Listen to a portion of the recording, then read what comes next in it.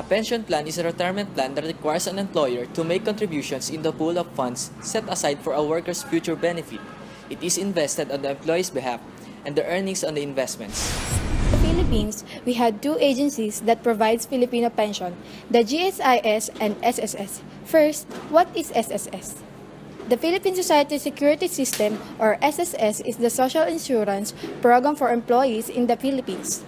SSS is established in the virtue of Republic Act in 1161, better known as Social Security Act of 1954.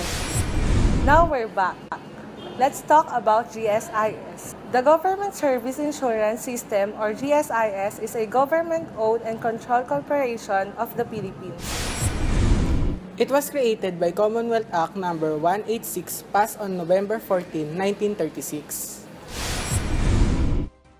The difference between the SSS and GSIS: under SSS, Employer, employee, and self-employed. in GSIS, Employer and employee. Legal spouse entitled for support. Second, child whether legitimated, legally adopted, or illegitimate. Third, parent dependent for support. benefits in SSS. We have monthly pension, dependents pension, retirement, death, permanent disability, funeral, sickness, maternity, and loans. In GSIS, in all members, life insurance, retirement, disability, survivorship, separation, unemployment. In judiciary, life insurance, only all tax exempt. This is the risk that result from unexpected changes in external markets, prices, rates, and liquidity supply and demand. Market risk is the SSS exposure to potential loss due to unexpected changes in external markets, prices, or rates related to general market movements or specific asset on the balance sheet. The risk arises from fluctuation in market prices of equalities due to changes in demand and supply for securities. Volatility in the absolute level in interest rates, fluctuation in exchange rates due to exchange in global and local economy condition and political development that affect the value of SSS foreign-dominated investment. Credit risk.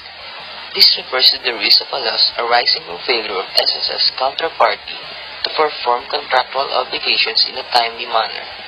This includes risk due to a failure of a counterparty to make required payments under obligations when due, and default of a counterparty before any transfer of securities or funds, or once final transfer of securities or funds has begun but not been completed. Liquidity risk. This refers to the risk of loss, though solvent, due to insufficient financial resources to cover for liabilities as they fall due. It also involves the risk of excessive cost in securing such resources.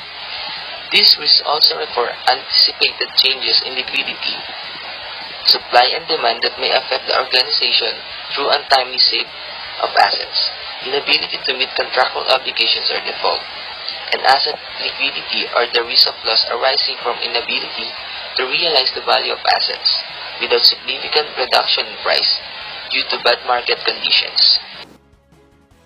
How the SSS manages these risks. The SSC constituted a Risk Management Committee, RMC, which is an oversight body responsible for the adoption and oversight of the risk management program of the SSS-1, in accordance with guidelines prescribed by the Governance Commission for GOCCs, GCG. For its part, the SSS has an equivalent Risk Management Department, RMD, under the Actuarial Services Division, ASD, which is primarily responsible for formulating risk policies and overseeing the day-to-day activities of identifying, measuring, monitoring and controlling risks affecting the operation of the SSS, including financial risks.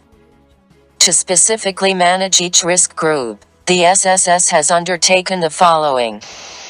In 2015, the SSC approved the joint proposal of R&D Equities Department of Corporate Bonds and Loans Department that intends to address the concentration risk of SSS. The proposal, policies, and guidelines in determining and managing exposure limits on debt and equity will limit SSS investment exposure to a single corporation as well as a single corporate group.